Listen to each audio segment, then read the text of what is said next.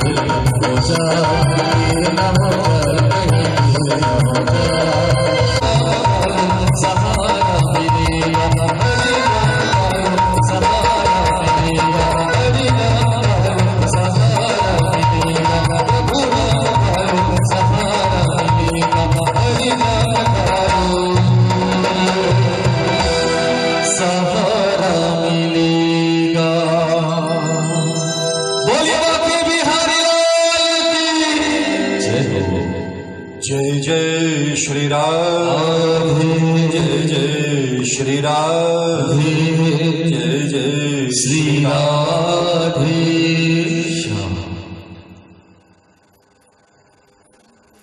भगवान के नाम के महात्म्य को हम वर्णन नहीं कर सकते।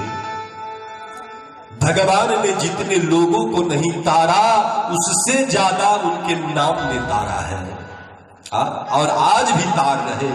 और कली युग में तो केवल नाम का ही आश्रय है। भक्तों,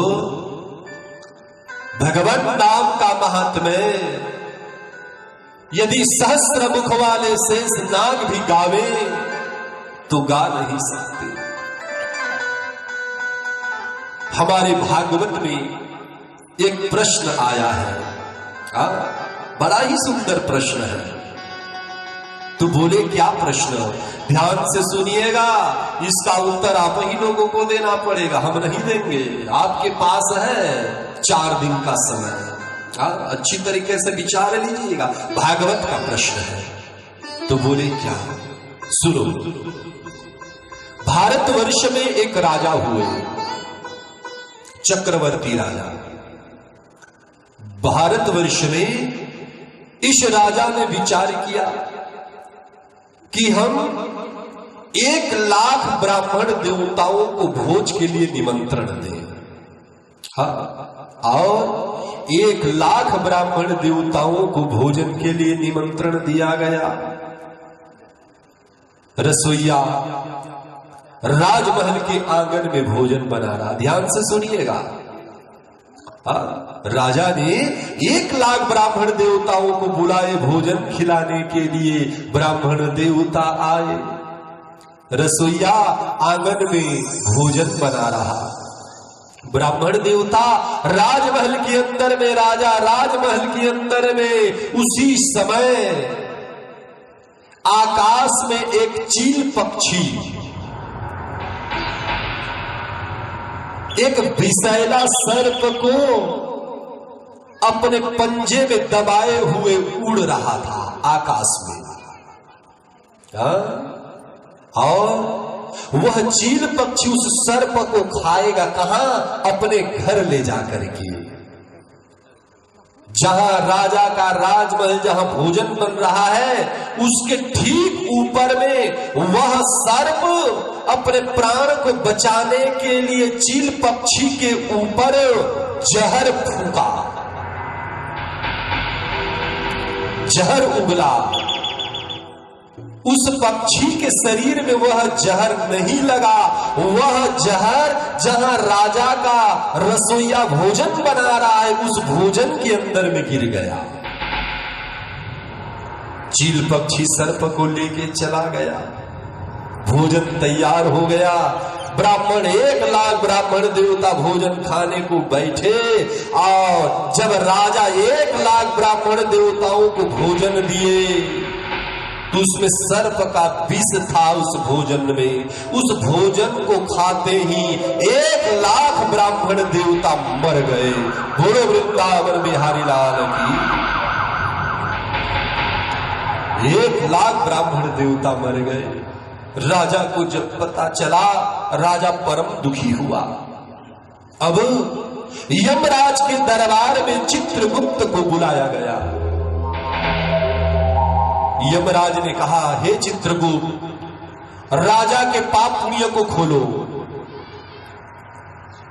ब्राह्मणों के पाप पुण्य को खोलो, रसोइये के खोलो, पक्षी और सर्प इन सब के पाप पुण्यों को खोलो। खोला गया। चित्रगुप्त ने कहा, प्रभु, राजा का दोष नहीं है ब्राह्मण के मरने के पीछे। क्यों? इसलिए कि राजा को पता नहीं था कि इस भोजन में जहर मिला है। बोले ठीक है, रसोइया का भी दोष नहीं है, क्योंकि रसोइया को भी पता नहीं कि इसके अंदर जहर मिल गया है। उस चील पक्षी का दोष है जो सर्प को लेकर के जा रहा है, ना उसका भी दोष नहीं है। वो तो भोजन खाने के लिए सर्प को लेकर के जा रहा है। तो फिर अवश्य ही उस सर्प का दोष है जिसने जहर उगला। धर्मराज यमराज ने कहा, उस सर्प का भी उसमें दोष नहीं, क्योंकि वह अपने प्राण रक्षा के लिए जहर उगला था। उसको पता नहीं वह भोजन में गिर जाएगा। तो बोले अवश्य ब्राह्मणों का दोष होगा। धर्मदेव ने कहा, यमराज ने कहा, ब्राह्मणों का भी दोष नहीं, यदि ब्राह्मण जानते तो भोजन ही नहीं करते। अब प्रश्न यह आया है कि किसका दोष है? यमराज ने कहा, किसी न किसी को 1 लाख ब्रह्म हत्या का दोषी तो बनाना पड़ेगा और उसको दंड देना पड़ेगा, परंतु किसको दें? यमराज के दरबार में फैसला नहीं हो पाया। यमराज ने कहा, हमको 7 दिन का समय दो, विचार करेंगे किसके खाते में पाप जाएगा। और यही प्रश्न आप लोगों के लिए है।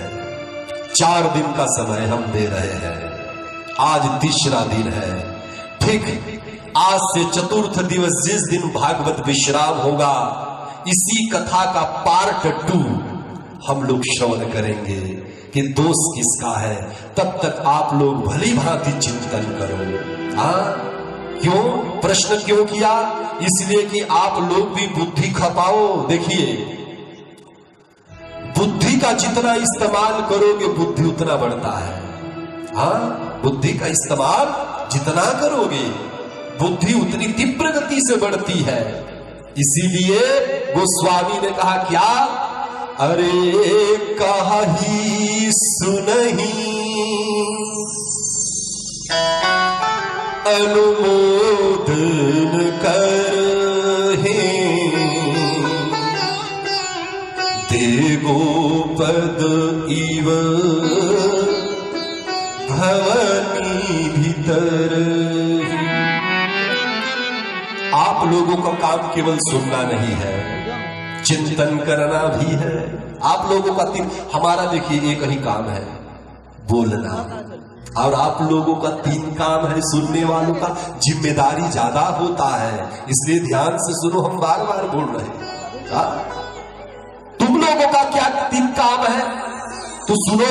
पहला काम है सुनना, दूसरा काम है सुने हुए कथा को चिंतन करना,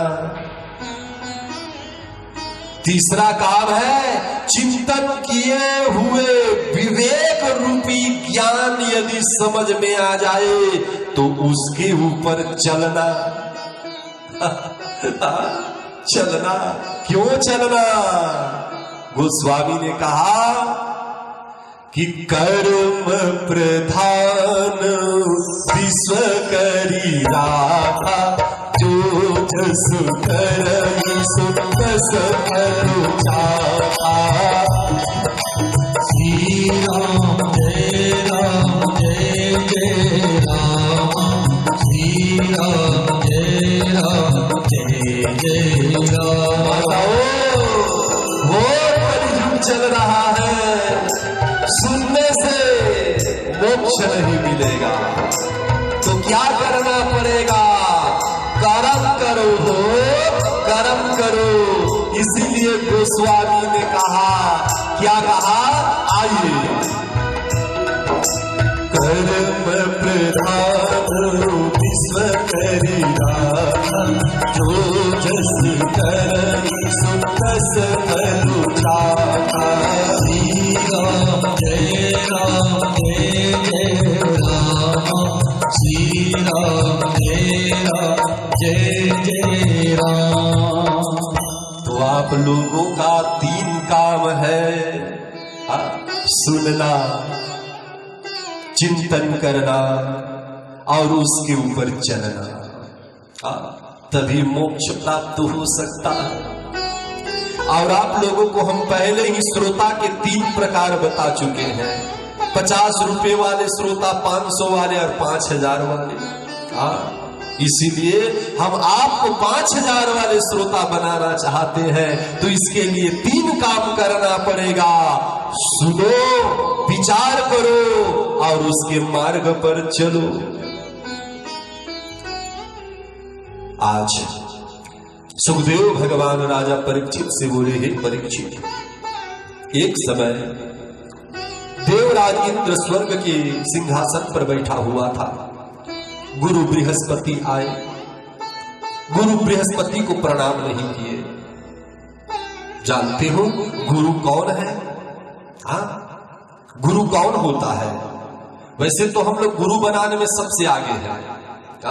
किसी को गुरु बनाते हुए देख लिए, हम भी गुरु बना लेते ना। गुरु ऐसे नहीं बनाया जाता। गुरु होते कौन है? तो बोले, गुरु ब्रह्मा गुरु विष्णु गुरुदेव महेश्वर, गुरु साक्षात परम ब्रह्म तस्मै श्री गुरुवे नमः। मान लो आपके घर में एक ही साथ आपके द्वार में भगवान नारायण और आपके गुरु दोनों पहुंच गए, तो प्रणाम पहले किसको करोगे? किसको करोगे? नारायण भगवान आपके द्वार में आए हैं और आप जिनको गुरु बनाए हो वो भी एक साथ आ गए, दोनों द्वार पर खड़े हैं और आप दरवाजा खोलो तो द्वार में दोनों बैठे हैं। प्रणाम किसको करो? तो बोले कि गुरु गोविंद दो खड़े, काको लागे पार, गुरु मैं बलिहारी जाऊं, गोविंद आपू सहार।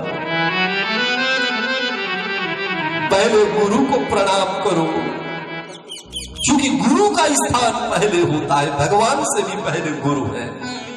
इसीलिए भगवान राम वशिष्ठ विश्वामित्र को गुरु बनाए, भगवान कृष्ण गर्ग ऋषि शांतिपन पंडा महाराज जी को गुरु बनाए, जो भगवान होते हुए भी अपने गुरु बनाए। इसका तात्पर्य यही है कि भगवान से भी बड़े गुरु होते हैं। भक्तों, इसीलिए हम कहते हैं जब भी गुरु बनाओ ठोक बजा करके बनाओ, किसी लंपट चंपट को कभी भी गुरु मत बनाना।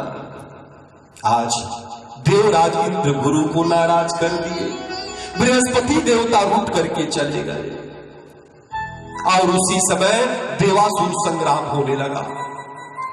देवता परास्त हो गए। बिना गुरु का मार्गदर्शन कौन करेगा? गुरु का अर्थ मार्गदर्शन करना होता है। सच्ची राह पर चलाता गुरु है। आज देवता परास्त हो गए। सभी देवता मिलकर के ब्रह्मा के पास गए। ब्रह्मा से निवेदन किए, हे ब्रह्मा बताइए हम क्या करें। तो ब्रह्मा ने कहा तुम लोग जाओ कहां? पृथ्वी लोक। और पृथ्वी लोक में महाराज विश्वरूप नाम के एक ब्राह्मण देवता है, उनके पास तुम चले जाओ।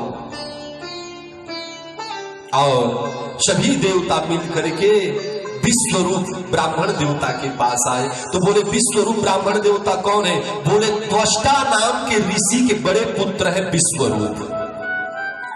देवता उनको गुरु बनाए और विश्वरूप ने अपने प्रभाव से राक्षसों को परास्त कर दिए। देवता विजय को प्राप्त हुए। देवता आनंदित है। स्वर्ग में यज्ञ होने लगा, यज्ञ होने लगा। परंतु माताओं, विश्वरूप का 3 मुख है, 3 मुख। एक मुख से वह सोमवल्ली रस पीता है, दूसरे मुख से मदिरा पान करता है और तीसरे मुख से अन्न खाता है। कौन? देवताओं के गुरु विश्वरूप। ब्राह्मण है, स्वर्ग में रहते हैं, स्वर्ग के देवताओं के गुरु हैं और मदिरा पीते हैं एक मुख से, सोमवल्ली रस पीते हैं दूसरे मुख से, तीसरे मुख से अन्न खाते हैं। उनका 3 मस्तक है। जब यज्ञ हुआ स्वर्ग में, आहुति डालने लगे। चुपके से राक्षस आए और उसी विश्वरूप के कर्ण में राक्षसों ने कहा, हे महाराज, तुम असुरों के नाम से भी यज्ञ में आहुति डालो। विश्वरूप ने कहा, ना, यज्ञ के अधिकारी केवल देवता है, राक्षस भूत प्रेतों को आहुति नहीं दिया जाता। याद रखना। भागवत में प्रसंग आ रहा है, हम नहीं बोल रहे। राक्षसों को हवन नहीं किया जाता, राक्षसों के नाम से हवन नहीं होता। यदि हवन करोगे तो देवता नाराज हो जाते हैं। आज विश्वरूप ने कहा कि हे असुरों, हम राक्षसों के नाम से आहुति नहीं करेंगे। तो राक्षसों ने कहा कि आपकी मां हम राक्षसों की कन्या है, राक्षसी कन्या है। आपके पिता त्वष्टा भले ही मनुष्य ब्राह्मण है, परंतु आपकी मां राक्षस कुल की है। तो इसलिए तुम अपने मां के कुल के उद्धार के लिए राक्षसों के नाम से आहुति डालो। और चुपके से विश्वरूप ने आहुति डाल दिया। परंतु देवता बलहीन हो गए, पूर्ण बल प्राप्त नहीं हुआ। यज्ञ में जो आहुति डालते हैं इससे देवता बलवान होते हैं, फिर बारिश करते हैं संसार में। माताओं, इंद्र को पता चला, हाथ में तलवार लिए हुए आज विश्वरूप ब्राह्मण देवता के मस्तक को काट दिए। इंद्र को ब्रह्म हत्या का दोष लगा, ब्रह्म हत्या का दोष। और ब्रह्मा जी के पास आए। ब्रह्मा जी से बोले, हे ब्रह्मा, मुझे महान पाप दोष लगा है, मैं क्या करूं? इंद्र ने ब्रह्म हत्या के पाप का 4 भाग किया। माताओं ध्यान से सुनो, 4 भाग। ब्रह्म ब्रह्म हत्या का पाप इंद्र को लगा, ब्रह्मा ने 4 भाग पाप का किए। पहला भाग पृथ्वी को दिया गया, पृथ्वी में जो गड्ढा हो जाता है वह ब्रह्म हत्या के कारण होता है। दूसरा भाग वृक्ष को दिया गया, वृक्ष में जो लाशा निकलता है वह ब्रह्म हत्या के कारण, दोष के कारण निकलता है। तीसरा पाप जल को दिया गया, जल में जो गुब्बारा निकलता है, बुलबुला निकलता है, वह ब्रह्म हत्या के कारण निकलता है। और चौथा ब्रह्म हत्या का दोष स्त्रियों को दिया गया, जिससे उनका प्रत्येक माह में रजो दर्शन, मासिक दर्शन होता है। इस प्रकार से ब्रह्म हत्या का 4 भाग किया गया।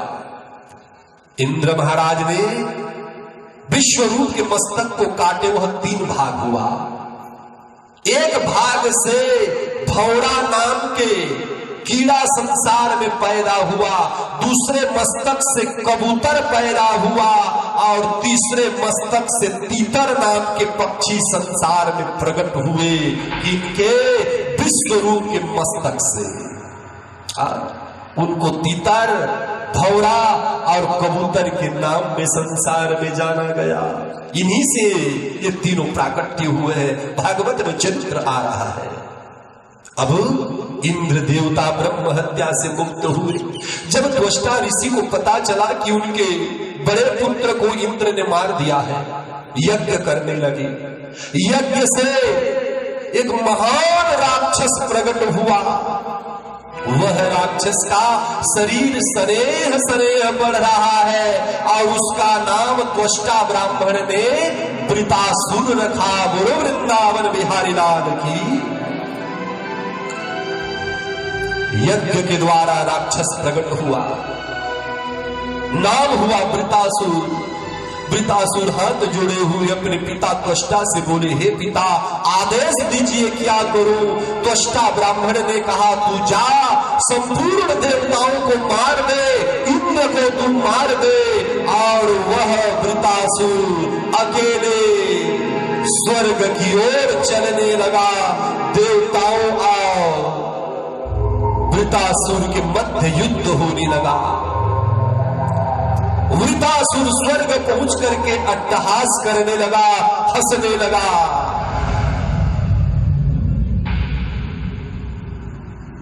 और सभी देवता मिलकर के आज वृतासुर से युद्ध करने लगे। देवता परास्त हो गए। परास्त होकर के प्राण बचा करके भागते भागते आज जो है भगवान श्री नारायण के पास पहुंचे।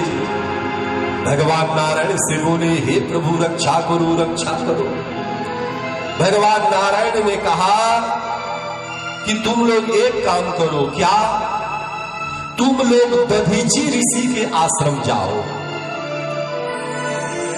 दधीची ऋषि को उनके शरीर के हड्डी को मांगना, उसी हड्डी से इंद्र तुम वज्र बनाना और उसी वज्र से वृतासुर नाम के राक्षस का वध होगा।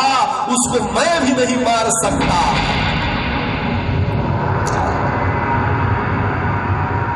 क्योंकि वृतासुर को वरदान है ब्रह्मा का, भगवान विष्णु भी नहीं मार सकते। इंद्रादि देवता सभी मिलकर के आज चले हैं दधीची ऋषि के आश्रम। उस समय दधीची ऋषि भगवान के ध्यान में बैठे हुए थे। इंद्रादि देवताओं ने जाकर के प्रणाम किया।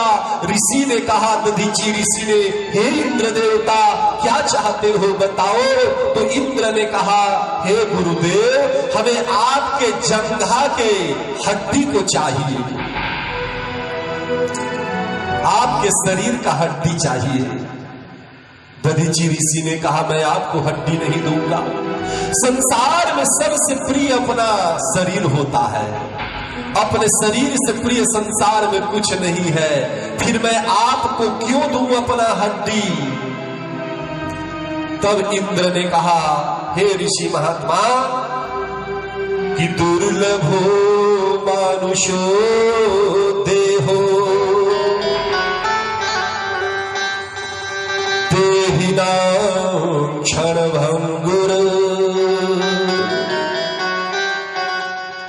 महाराज, यह मनुष्य शरीर अवश्य दुर्लभ है, परंतु क्षण भंगुर नाशवान है। एक दिन सभी को मरना पड़ेगा, इसलिए आप लोक कल्याण के लिए यदि आप शरीर में अस्थि हमें देते हो तो संसार देवी देवता याद रखेंगे। फिर दधीची ऋषि ने कहा ठीक है, और दधीची ऋषि बैठ गए। गाय को लाया गया, दधीची ऋषि के शरीर में नमक डाला गया, गाय से चटाया गया। गाय चाटते चाटते दधीची ऋषि के शरीर के मांस को चाट गए, केवल शरीर में हड्डी बचा, और उसी जंघा के हड्डी को आज निकाल करके इंद्र ने वज्र बनाया, और उसी वज्र से वृतासुर नाम के राक्षस का वध किए। बोलो वृंदावन बिहारी लाल की जय हो। जब वृतासुर का वध हुआ तो वृतासुर ब्राह्मण बालक था, ब्राह्मण संतान था, इसलिए इंद्र को दोबारा ब्रह्म हत्या का दोष लग गया। हमारे शास्त्रों में कहा गया है, ब्राह्मण अनाड़ी रहे, अनपढ़ रहे, जुआरी रहे, शराबी रहे, ब्राह्मण का कभी अपमान नहीं करना चाहिए, नहीं करना चाहिए।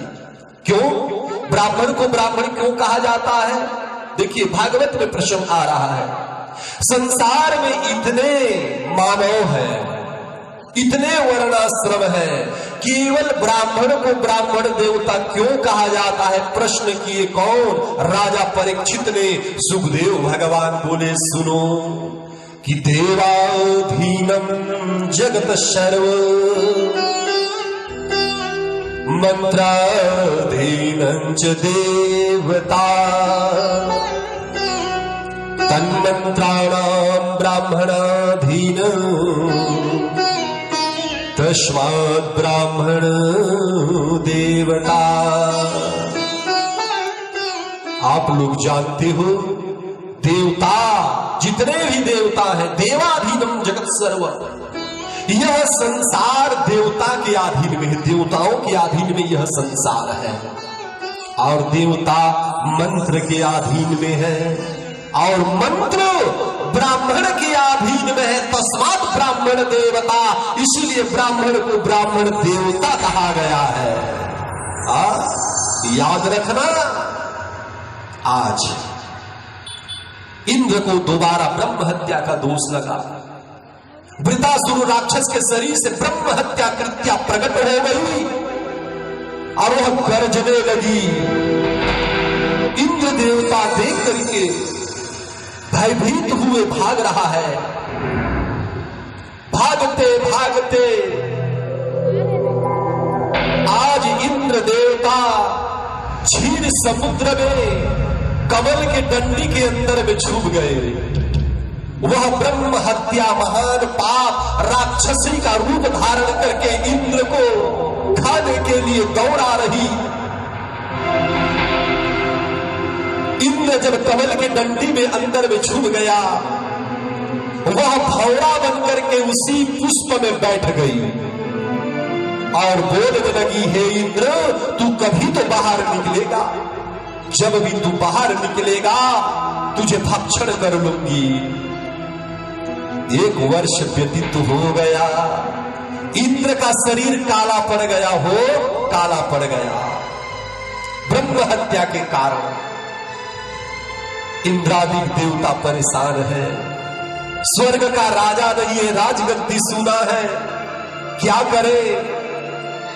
उसी समय पृथ्वी लोक पर नहुस नाम के राजा थे। बृहस्पति ने कहा जाओ नहुस को राजा बना करके ले आओ, स्वर्ग का राजा बनाए। नहुस को लेकर के आए। देखिए मनुष्यों की पावर, वहां देवता है फिर भी राजा बनने के लायक नहीं है। यहां से मनुष्य को लेकर के देवता स्वर्ग गए और स्वर्ग के राज सिंहासन में राज्याभिषेक किए। किसको? नहुस नाम के राजा को। इसीलिए हम कहते हैं क्या कि बड़े भाग मानुष तनु पावा, सुर दुर्लभ सद ग्रंथि न गावा। बड़ा ही दुर्लभ शरीर है, यदि मानो तो आज नहुस को राजा बनाया गया। नहुस इंद्राणी को देख करके मोहित हो गया। इंद्राणी से बोला, हे इंद्राणी, मैं तुझे अपना पत्नी बनाना चाहता हूं। इंद्राणी ने कहा कि तू एक मनुष्य हो करके देव कन्या का भोगना चाहता है, धिक्कार है तेरे जीवन को। कहते हुए इंद्राणी बृहस्पति गुरु के पास आई। गुरु से निवेदन किए, हे गुरुदेव, मेरे पति को ब्रह्म हत्या का महान पाप लगा है, क्षीर समुद्र में कमल के डंडी में छिपे हुए हैं, और ब्रह्म हत्या कृत्या महान पाप भौरा बन करके इंतजार कर रही है कि मेरे पति कब बाहर आए और कब उसे खा जाए। और यह नहुस राजा मुझे पत्नी बनाना चाहता है, मैं क्या करूं? गुरु ने मार्ग दिखाया, इसीलिए गुरु करना जरूरी है। गुरु मार्ग दिखाते हैं। गुरु ने कहा, हे इंद्राणी, जा तू नहुस के पास जा। नहुस राजा से बोलना कि ठीक है, मैं तुम्हारी पत्नी बनने को तैयार हूं, परंतु मेरा एक शर्त है। बोले, क्या? तुम 4 ब्राह्मण के कंधे में पालकी को रखना और उसके ऊपर बैठना, और बैठे हुए तुम्हारे कक्ष से मेरे कक्ष में आना, तभी मैं तुझे अपना पति बनाऊंगी। नहुस ने कहा, ठीक है, कौन सी बड़ी बात। 4 ब्राह्मण को बुलाए, पालकी तैयार हुआ, पालकी में राजा नहुस बैठा, ब्राह्मण अपने कंधे पर उठाए। ब्राह्मणों को चलने में विलंब हुआ, क्योंकि ब्राह्मण सुकुमारू होते हैं। हो हमसे ज्ञान चर्चा करो, कर लेंगे, और बोलोगे खेत जाकर के जो तो हमसे नहीं होगा। बोलो वृंदावन बिहारी लाल की। ज्ञान की चर्चा करो, कितना जितना करना, दिन और रात, 7 दिन 7 रात।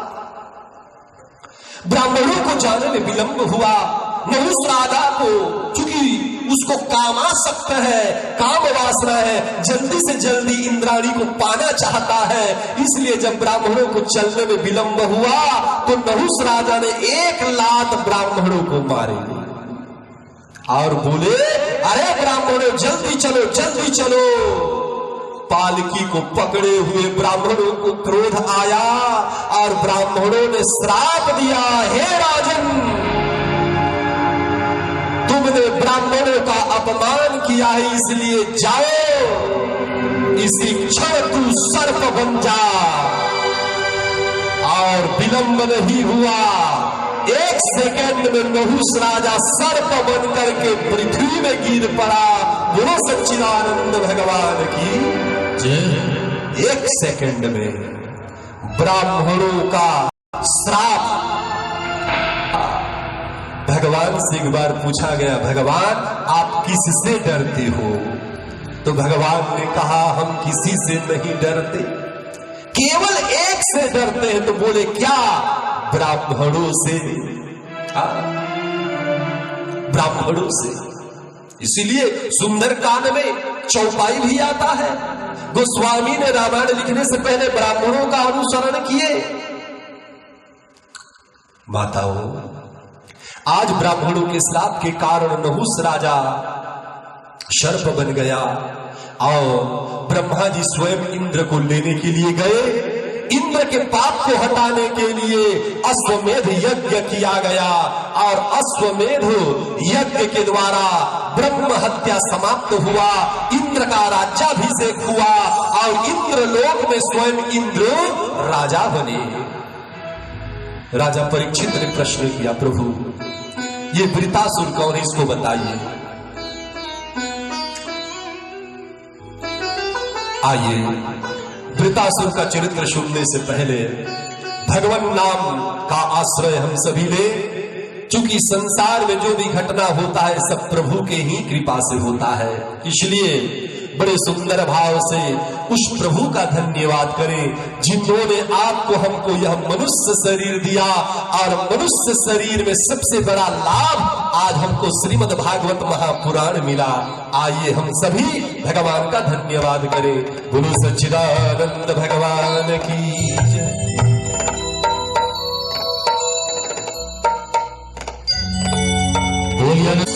मेरे सिर पर रख दे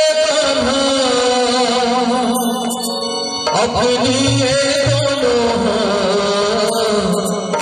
देना हो तो दीजिए जन्म जन्म का साथ। ताली के साथ सभी मेरे साथ जय श्री राम।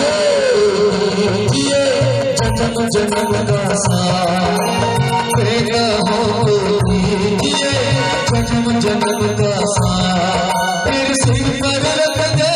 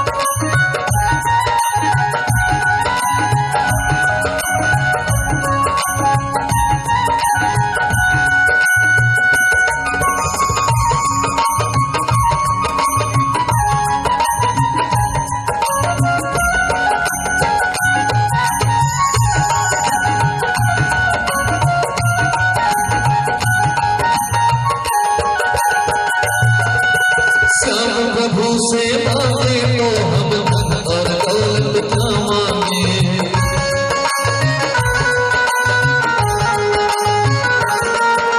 सब प्रभु से मांगे तो फिर धन और दौलत क्या मांगे। सब प्रभु से मांगे तो हम नाम और इज्जत क्या मांगे।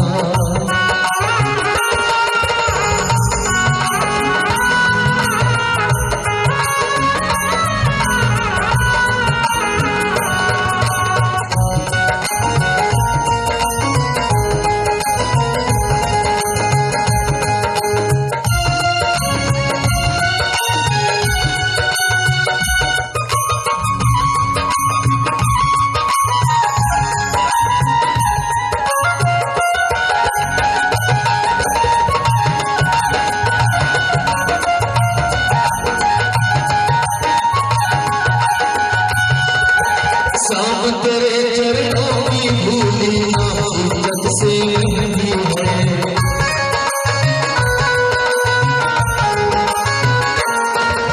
शाम तेरे चरणों की धूली इज्जत से महंगी है। एक नजर कृपा की धन से महंगी है। मेरा सतारा सब कर दे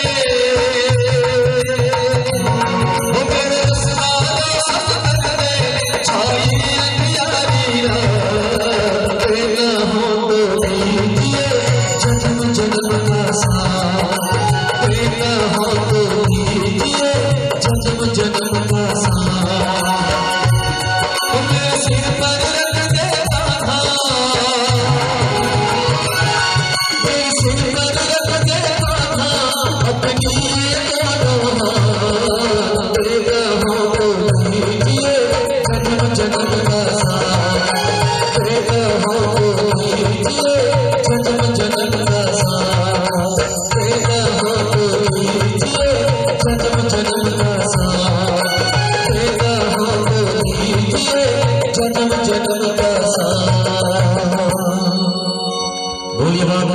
बिहारी लाल की जय। बोलो सच्चिदानंद भगवान की जय। जय जय श्री राम, जय जय श्री राम, जय जय श्री राम।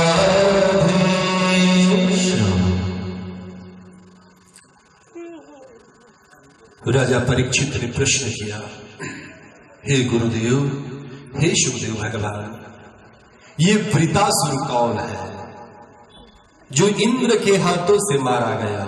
तो ध्यान से सुनिएगा। बोले, पूर्व काल में चित्रकेतु नाम के एक राजा थे। उस राजा की 1 करोड़ पत्नियां थी। 1 करोड़ संतान नहीं था, इसलिए एक पत्नी से विवाह हुए, स्त्री से संतान नहीं भया, दूसरे से संतान नहीं भया, 10 लाख विवाह हुए, संतान नहीं भैया, 50 लाख विवाह हुए, संतान नहीं भया, 1 करोड़ विवाह हुए, संतान नहीं हुआ। भाग्य में नहीं रहेगा तो 1 करोड़ का 5 करोड़ भी कर लोगे तो नहीं होगा। आज अंगिरा ऋषि को बुलाए यज्ञ करने के लिए।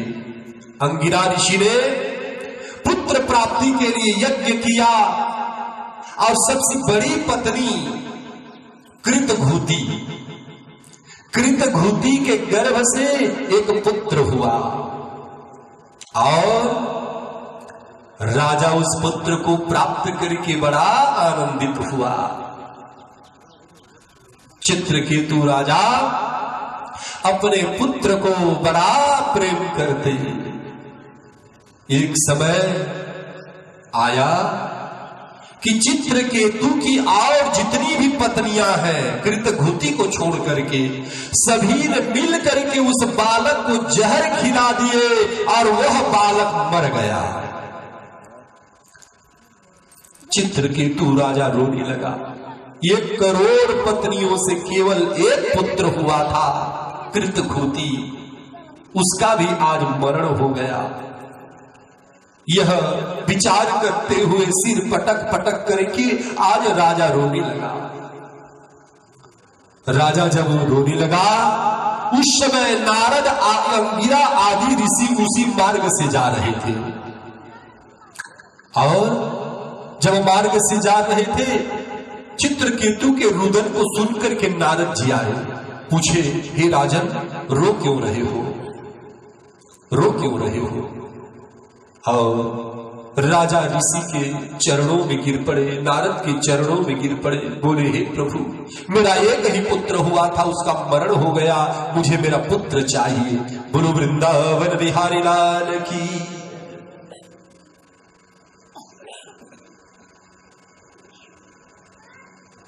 बोलो सच्चिदानंद भगवान की जय। 1 करोड़ पत्नियों में से केवल एक पुत्र हुआ, वो भी मारा गया। नारद से पूछे, प्रभु, मुझे मेरा मरा हुआ पुत्र दे दो। नारद ने कहा, मरे हुए व्यक्ति संसार में नहीं आते राजन।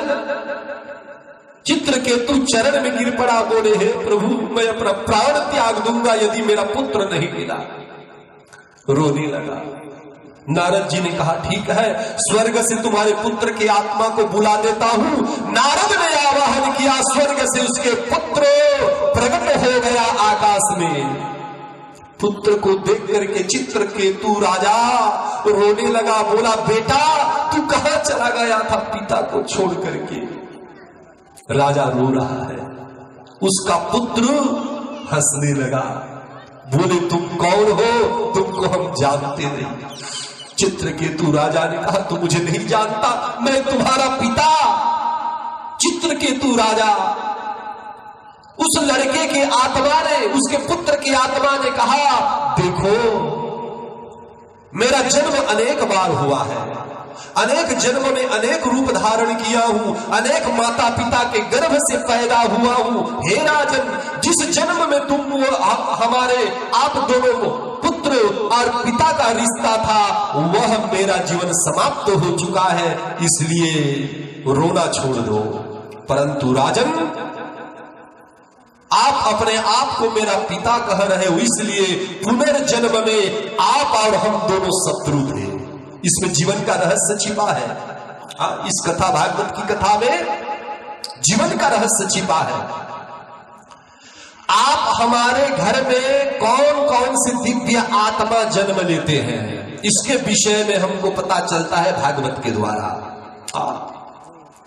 वह बालक बोला, हे पिताजी, आप और हम पुनर्जन्म में शत्रु राजा थे, एक दूसरे से लड़ते लड़ते मर गए और बदला लेने के लिए मैं तुम्हारा पुत्र बन करके पैदा हुआ हूं और मर करके बदला लिया हूं, इसलिए तू मेरे शोक में रो रहा है, यही मेरा बदला है।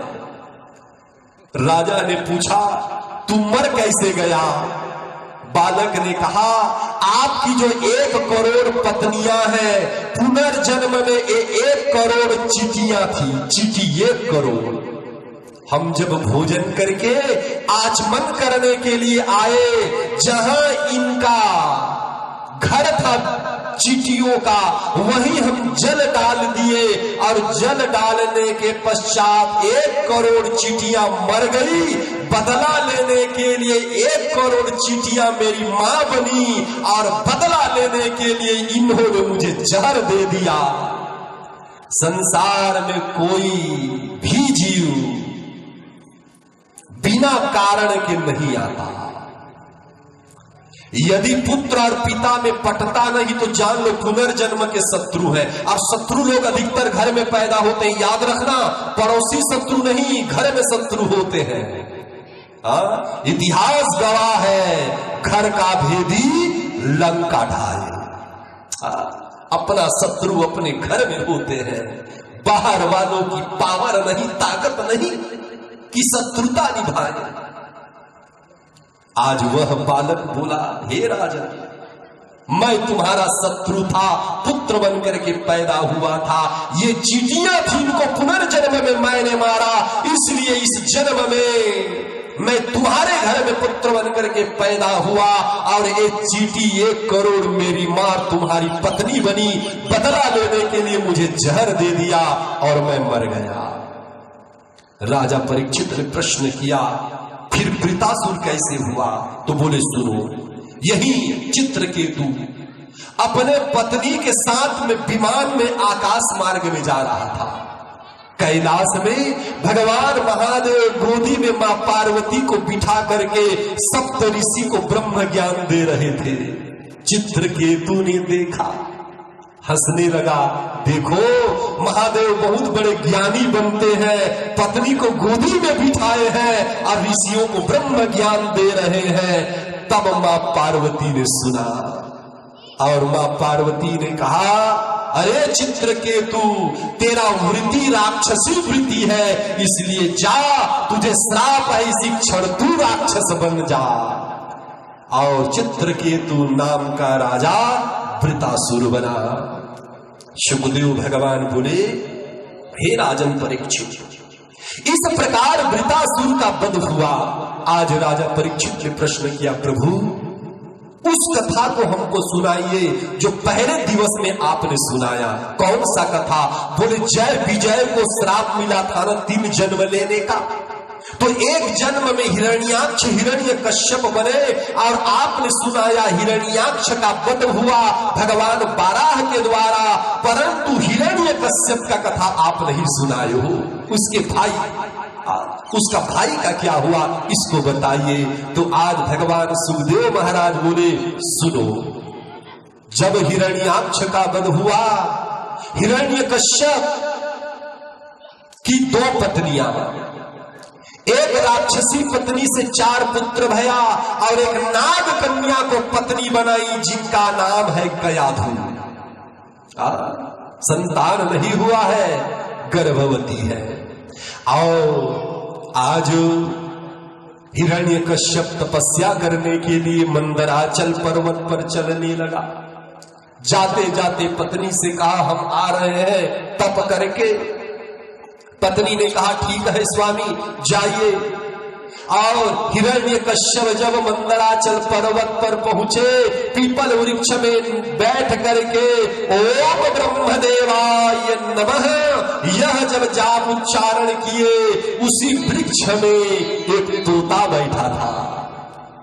तोता ने कहा ओम नमो नारायण। हिरण्यकश्यप फिर बोला ओम ब्रह्मदेवाय नमः। तोता दोबारा बोला ओम नमो नारायण। हिरण्यकश्यप का तपस्या टूट गया, विचार किया मुहूर्त सही नहीं है, वापस घर आया। देखिए हिरण्यकश्यप के राज्य में कोई भगवान का पूजा नहीं करता, भगवान के नाम को कोई उच्चारण करे उसका गर्दन काट दिया जाता है। असभ्रष्ट आचारा भा संसारा, धर्म सुनिए नहीं कारा।